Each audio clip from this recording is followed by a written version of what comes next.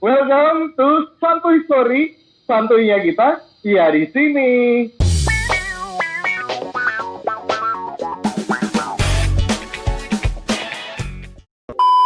Nah, hari ini kita mau bahas topik yang seru yang lagi hangat. Ya, bukan hanya di Indonesia tapi di seluruh dunia, yaitu gerakan hashtag Black Lives Matter. Nah, kebetulan hari ini yang hadir adalah saudara-saudari kita dari Indonesia bagian timur. Kita mau tanya nih pendapat mereka tentang gerakan ini. Kita mulai dulu dari Om Ino ya. Om Ino, Ya, boleh. ya, apa tanggapan Om Ino mengenai gerakan Black Lives Matter yang hari ini sedang panas-panasnya nih, baik di Amerika, Inggris, bahkan di negara-negara lain. Silakan Om, tanggapannya. Ya, oke. Terima kasih untuk kesempatan yang dikasih untuk saya.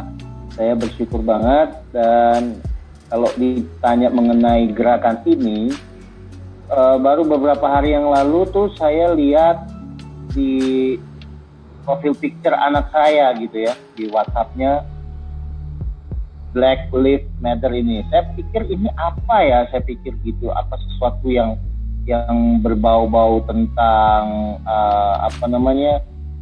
Korea-Koreaan, karena anak saya senang Korea kebetulan gitu ya. Jadi saya pikir apa gitu. Saya bilang, "Ya apa sih maksudnya?" Saya bilang gitu. "Ini loh yang gerakan itu yang ada di mana-mana sekarang." Dia bilang begitu, yang tentang rasis, dia bilang begitu. Anak kelas 6 SD. Anak saya baru kasih tahu saya tentang hal itu. Dan nggak secara kebetulan kalau hari ini saya dikasih kesempatan untuk berbicara atau berinteraksi mengenai hal ini. Jujur melihat kejadian beberapa waktu yang lalu, ada pria berkulit hitam di Amerika ya, yang harus sampai mati di tangan seorang polisi yang berkulit putih. Dan saya menganggap awalnya itu video yang biasa orang kirim gitu ya. Saya pikir ini hal yang biasa. Tapi saya nggak tahu, ternyata tiba-tiba saya melihat berita-berita karena kejadian ini, akhirnya di Amerika sana terjadi suatu gerakan yang sangat luar biasa. Mereka menuntut keadilan untuk kalau nggak salah George Floyd ya, kalau nggak salah ya. Ya. Jadi saya berpikir begini, mengenai rasis ini memang sampai saat ini akan terus terjadi jika tidak ada rasa saling menghargai antara sesama, gitu ya. Nah, kalau kita melihat kehidupan orang-orang Amerika zaman dulu mengenai ini saya bicara mengenai orang luar dulu ya, sebelum kita masuk ke Indonesia. Kalau melihat dulunya orang kulit putih menindas orang kulit hitam, itu memang dengan sadis ya, dengan dahsyat banget saya rasa gitu ya. Dan hal itu mulai ditanamkan secara tidak langsung dari sejak mereka melihat tontonan atau tayangan itu berakar di dalam diri mereka. Dan bagi saya hal ini kalau tidak kita mempunyai kesadaran diri untuk saling mengasihi, saling mencintai satu sama lain, saya rasa hal rasis ini akan terus terjadi, ya. Dan sebelum kejadian-kejadian ini juga di dunia olahraga, khususnya di dunia sepak bola, kita lihat ya, saya sering kali lihat dalam satu pertandingan, terkadang orang-orang yang kulit hitam pun menjadi sasaran rasis, gitu ya. Padahal kadang sebelum mulai pertandingan ditulis gitu, no racism, no apalah segala macam, tetapi tetap saja rasis itu terjadi gitu. Nah, bagi saya adalah kesadaran dari orang tersebut yang merasa bahwa dia membenci salah satu rasis tertentu begitu. Nah, yang menjadi permasalahannya adalah begini. Kenapa sih orang-orang yang merasa dirinya rasis gitu ya? Apakah mereka merasa bahwa orang yang berkulit lain itu hidupnya lebih hina? Saya rasa seperti itu. Mereka menganggap orang yang berkulitnya berbeda dengan mereka adalah orang yang hina, orang yang jelek gitu bagi saya. Nah, kalau di Indonesia baru-baru ini dalam satu grup WhatsApp kami di guru-guru sekolah gitu ya, ada seruan bahwa mahasiswa Papua akan melakukan aksi demo ya, kalau nggak salah ya, ada di grup saya gitu, di grup guru-guru. Nah, himbauan dari salah satu dosen di tempat yang saya ngajar, bahwa mereka mengimbau bahwa seluruh mahasiswa yang ada di dalam sekolah itu diharap jangan mengikuti atau jangan terprovokasi dengan situasi yang ada, begitu ya. Nah, di Indonesia ini, kalau saya melihat, saya pun pernah mengalami yang namanya rasis atau dikucilkan, ya. Saya berasal dari keluarga Ambon, Maluku. Nah, keluarga Ambon Maluku ini terkenal dengan orang-orang yang kasar, ya, terkenal dengan orang-orang yang kasar, yang jahat lah dalam tanda kutip. Nah, mungkin nanti ini dari sisi saya sebagai orang Ambon, mungkin dari Ines sebagai orang Papua mungkin berbeda lagi, gitu ya. Nah, saya seringkali menghadapi hal-hal yang nggak enak banget gitu ya, sampai kadang kita tuh dibilang sebagai penjahat gitu loh, hitam, keling, kayak begitu ya. Jadi terkadang membuat hati saya kok kayak begini gitu ya, kok orang-orang menganggap kami ini sebagai orang yang jahat, padahal kan nggak semua orang Ambon kayak begini gitu kan, nggak semua orang Papua, nggak semua orang NTT, nggak semua orang kulit hitam itu orang yang jahat sebenarnya. Nah, jadi saya berharap kalau misalkan rasis ini terus terjadi, maka akan sulit untuk kita berkembang menjadi orang-orang yang benar. Orang baik belum tentu benar, tapi kalau orang benar sudah pasti baik. Jadi kalau saya berpikir, pendapat saya begini, rasis ini adalah sesuatu yang jahat, yang dibuat, yang didasari oleh rasa benci, ya, yang dibuat oleh iblis, yang membuat kita menjadi rasa benci. Kita benci sama orang yang justru begini, kita nggak tahu siapa dia, tapi tiba-tiba kita benci. Itu kan aneh bagi saya.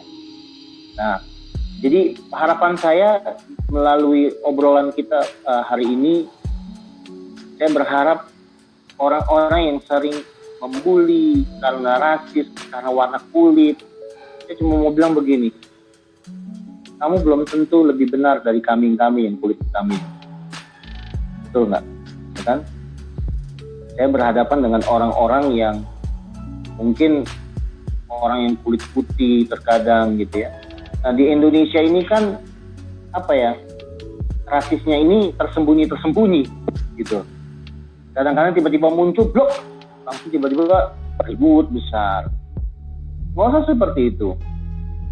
Dulu pernah terjadi satu kerusuhan di Ambon, ya, antara Ambon Kristen dengan Ambon Islam. Ya, hanya karena satu masalah kecil saja, akhirnya jadi lebar, tanpa ada musyawarah atau tanpa ada penyelesaian satu sama lain. Jadi kalau saya secara perspektif saya sebagai seorang hamba Tuhan, ya, 2 Timotius 2 itu ayat 1-5 itu tergenapi sekarang, Pak Gideon, Willy dan David dan Ines. Tergenapi. Kenapa saya bilang keadaan manusia pada akhir zaman? Ya, akhirnya semua orang itu kan termasuk mencintai diri sendiri. Artinya gini, nggak mau lagi peduli sama orang lain. Akhirnya rasis itu menjadi satu patokan bagi mereka, bahwa orang yang nggak kulit sama gua warnanya, itu gua benci dia. Orang yang imannya nggak sama gua, itu gue benci sama dia. Nah, ini yang perlu jadi waspada bagi kita semua, bahwa kalau selamanya kita hidup dengan kebencian di dalam hati kita, ya, tanpa kita sadari, kita menutup diri kita untuk masuk dalam surga. Ya, jadi saya rasa pendapat saya sementara itu dulu, ya. Jadi yang penting hilangkan rasa benci itu.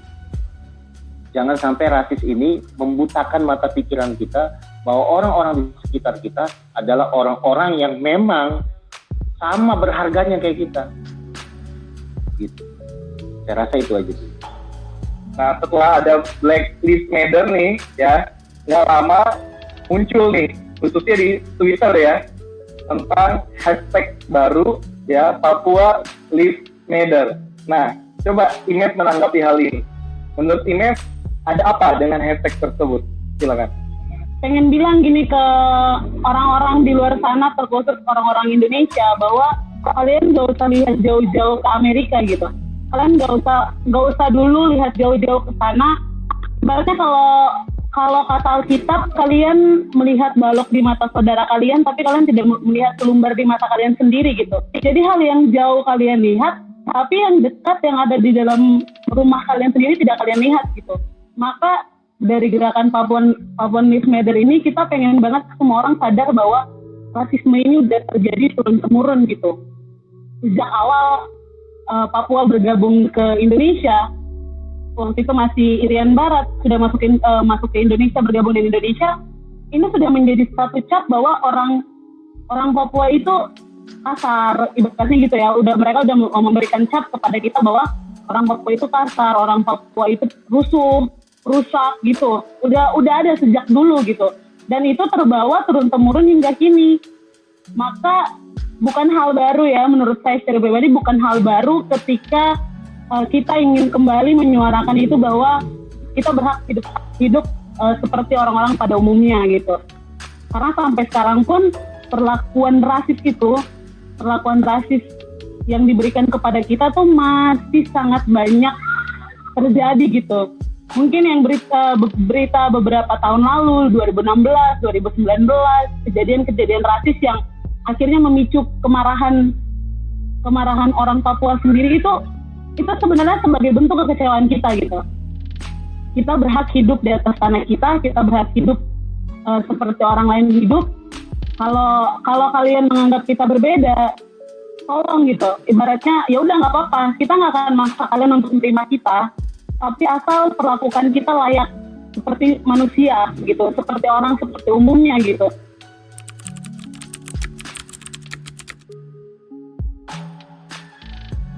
Secara pribadi sih sering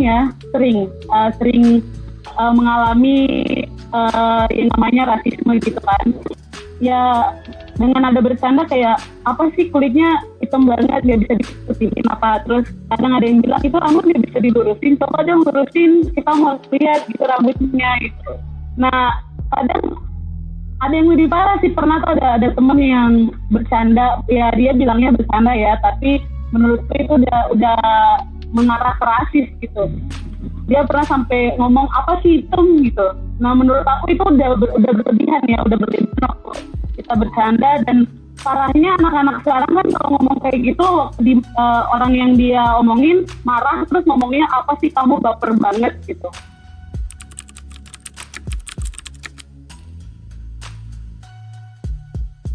Selama mereka nggak melewati batas, bagi aku itu baik-baik aja ya gitu. Nggak ada yang sampai kebawa pikiran kayak, coba deh lurusin rambut, coba deh putihin badan, nggak sampai kayak gitu sih. Ya karena emang udah nerima diri sendiri sih. Gitu, ya.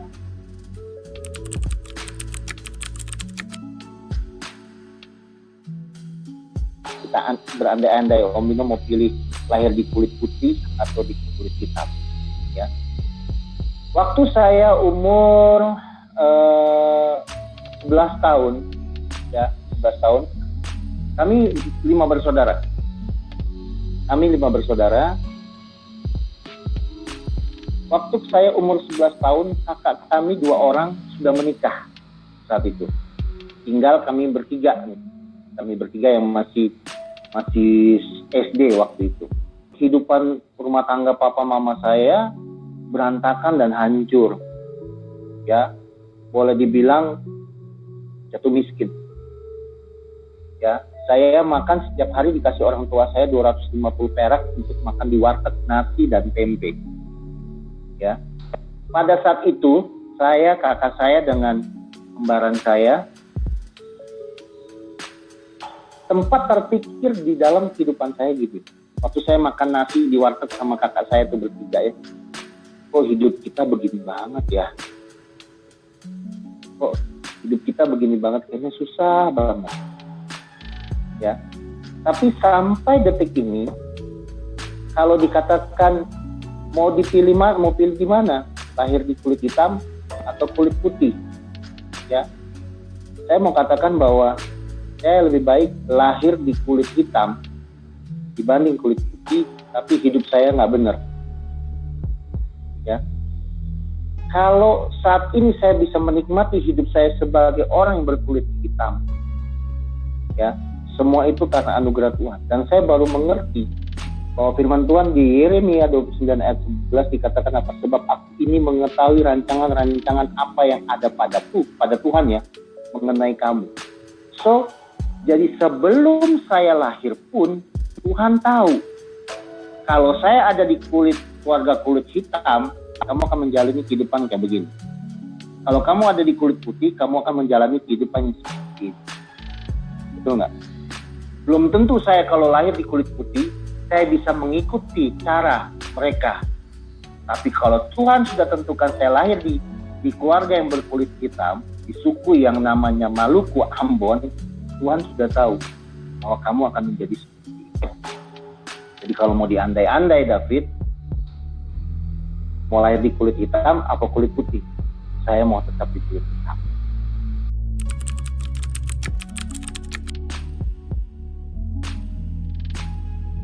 Ada salah satu anak sekolah minggu di gereja kami, baru berumur, sekarang umur berapa ya?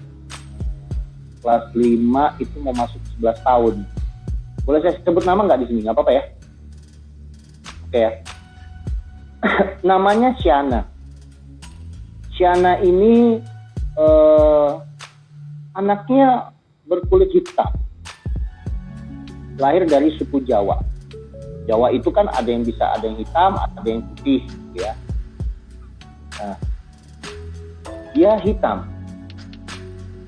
Dan saya baru menyadari kenapa anak ini sangat dibenci oleh beberapa teman-temannya, sehingga beberapa teman-temannya menganggap dia gak layak masuk di dalam sekolah itu.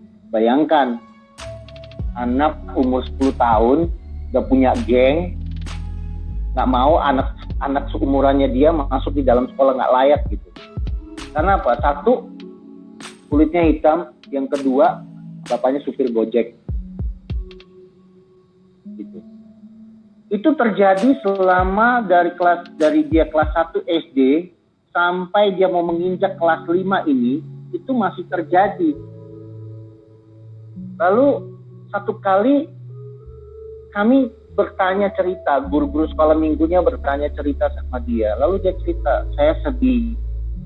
Saya seringkali diejek, diledek sama teman-teman saya karena saya hitam dan papa saya supir Gojek.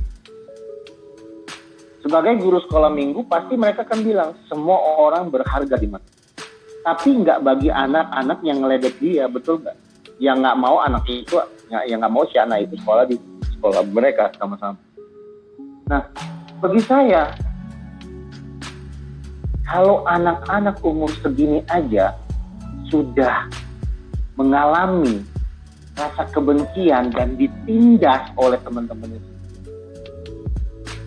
coba kalian bayangin, si anak ini kalau nggak kita didik di dalam Tuhan benar-benar, dia akan menjadi orang pendendam. Betul nggak? Merasa ditindas, merasa dihakimi, merasa tidak diterima. Ya kan? Nah, kalau kita sebagai orang-orang muda mulai tidak merasa care dengan hal-hal yang kayak begini, bagi saya banyak generasi muda yang gagal. Dengan melalui obrolan ini, kita bisa sama-sama saling mengingatkan satu sama lain. Jadi, kamu mau lahir di kulit hitam kah, atau kamu mau lahir di kulit putih kah, semua itu bisa menjadi ketentuan dari Tuhan. Hari ini kita sudah belajar banyak ya. Dari Kak Ines sendiri barusan mengingatkan kita bahwa berbeda itu normal, tidak ada yang salah dengan itu. Hanya saja apakah kita bisa menerima diri kita atau tidak. Tadi Om Ino juga sudah mengingatkan bahwa kita ini berharga. Dan yang paling penting adalah melakukan kebenaran. Selama kita hidup benar, fokus kita kepada Tuhan, maka kita mau lahir di keluarga yang seperti apa, dari warna kulit yang seperti apa, itu nggak jadi masalah. Karena panggilan Tuhan atas hidup kita adalah melakukan kebenaran dan jadi teladan. Yeay, hebat, mantap.